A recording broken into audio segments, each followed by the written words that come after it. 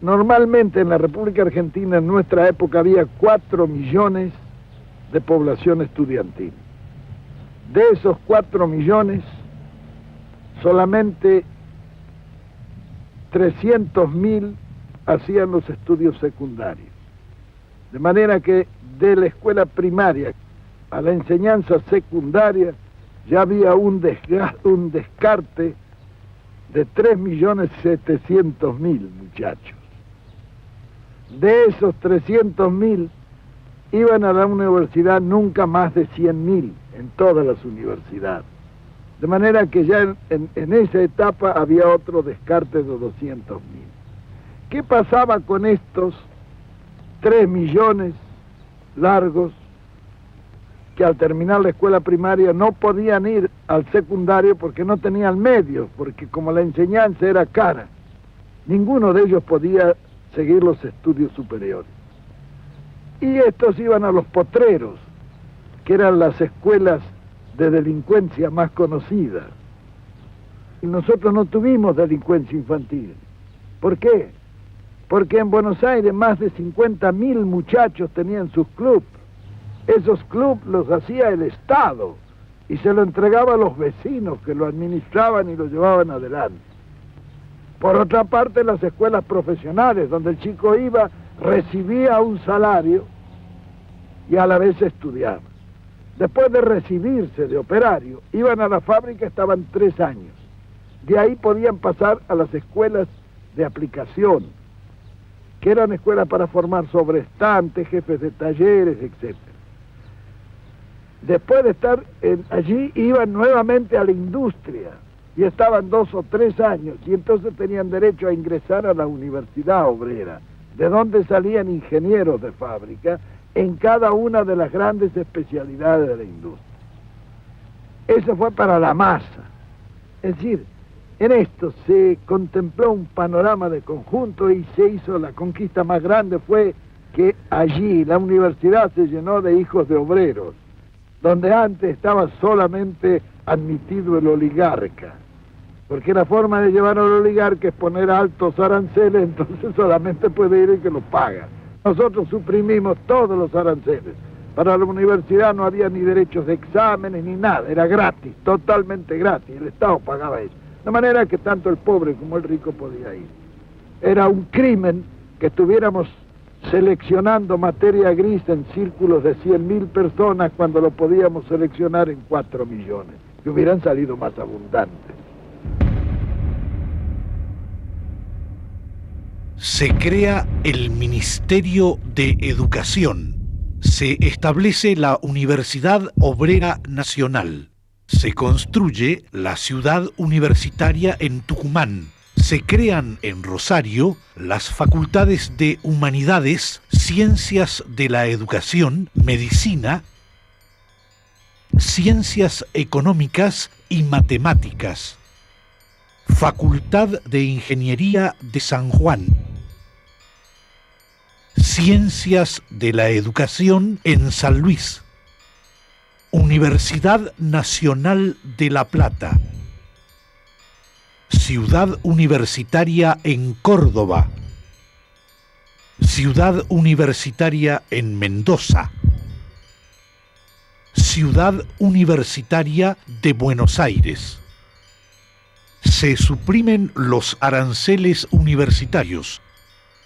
Se establecen becas para estudiantes de escasos recursos, no solo argentinos, sino también de cualquier parte del mundo, que vienen por miles a estudiar a nuestro país.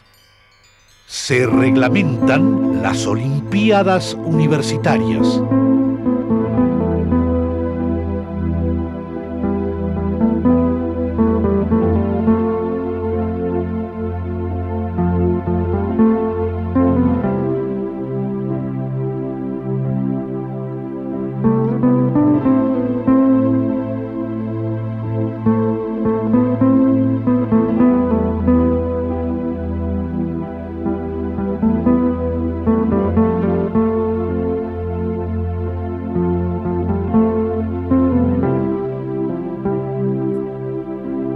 Se crean misiones monotécnicas para que los alumnos de zonas rurales aprendan artes y oficios como zapatería, carpintería, albañilería, herrería y mecánica. En el país funcionan 298 escuelas fábricas.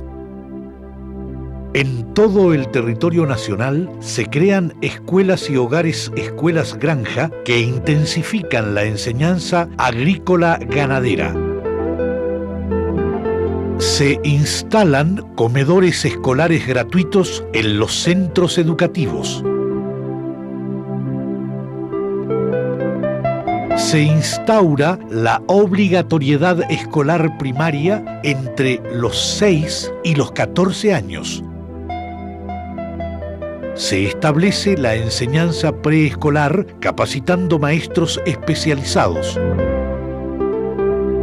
Se habilitan 1.064 jardines de infantes. Se organizan las colonias de vacaciones. Entre los años 1946 y 1955, la cantidad de alumnos se elevó a 2.870.000. La atención de adultos analfabetos y la capacitación preescolar de los jóvenes que nunca habían sido contemplados motiva la creación de escuelas nocturnas con secciones para la enseñanza primaria y enseñanza práctica de materias especiales. Para la solución del problema que plantea la educación de niños y adultos inválidos, enfermos y deficientes mentales o de los sentidos, se crean las escuelas de policlínicos y domiciliaria, ambas únicas en el mundo. Se quintuplica el presupuesto para la educación. Se duplica el sueldo de los maestros y se establece una bonificación para aquellos que van a enseñar a lugares alejados e inhóspitos. Se construyeron más escuelas que en todo el resto de la historia argentina, 8.000.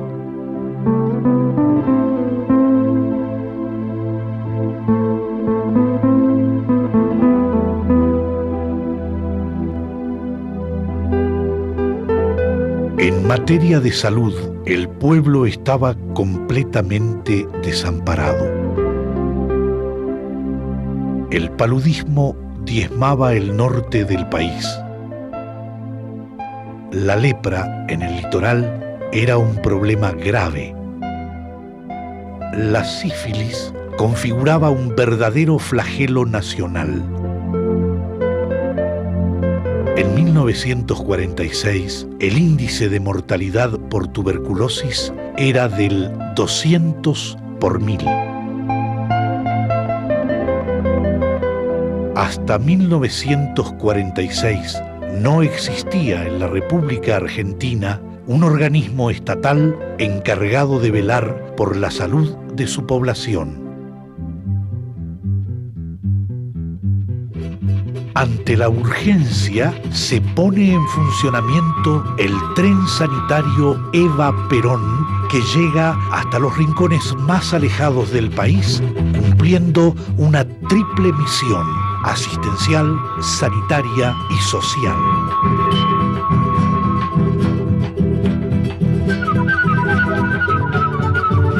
El tren cuenta con usina, sala de cirugía, sala de odontología, de traumatología, de radiografías, laboratorio de análisis clínicos, un vagón farmacia que suministra en forma gratuita los medicamentos recetados y un microcine para los pacientes que esperan ser atendidos.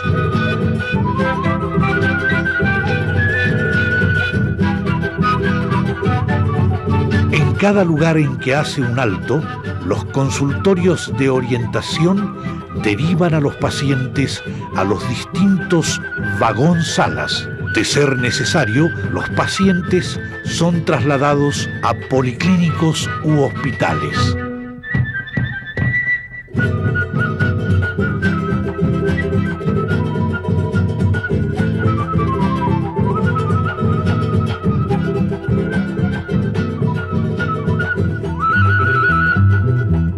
crea en 1946 el Ministerio de Salud. El presupuesto de salud se multiplica 50 veces. Se realizan grandes campañas de vacunación contra la viruela, el tracoma, la brucelosis, la fiebre amarilla, la parálisis infantil y otros males endémicos. En solo 2 años de acción intensa, los enfermos de paludismo se reducen de 23.000 a 500. Se habilitan centros de investigación y diagnóstico en el interior del país y la capital federal. Se inaugura la fábrica de medicamentos que abastece completa y gratuitamente a hospitales nacionales, provinciales y municipales. En 1948 comienza a funcionar la aviación sanitaria. Solo Sanidad Escolar atiende a 1 millón de chicos por año para seguir de cerca su crecimiento y desarrollo. El mismo proceso preventivo se extiende a las poblaciones obreras de fábricas y talleres.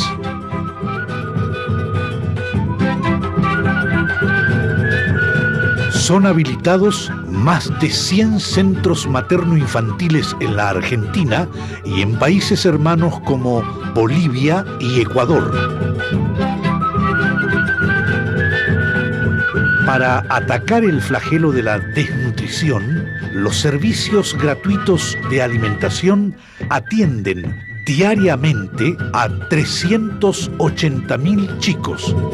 Se habilitan los hospitales termales de Río Hondo y Carué.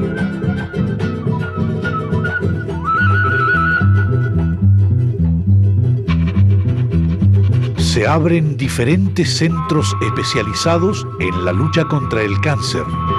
Se crea el Banco Central de Sangre, que incluye una fábrica de plasma disecado y otros derivados.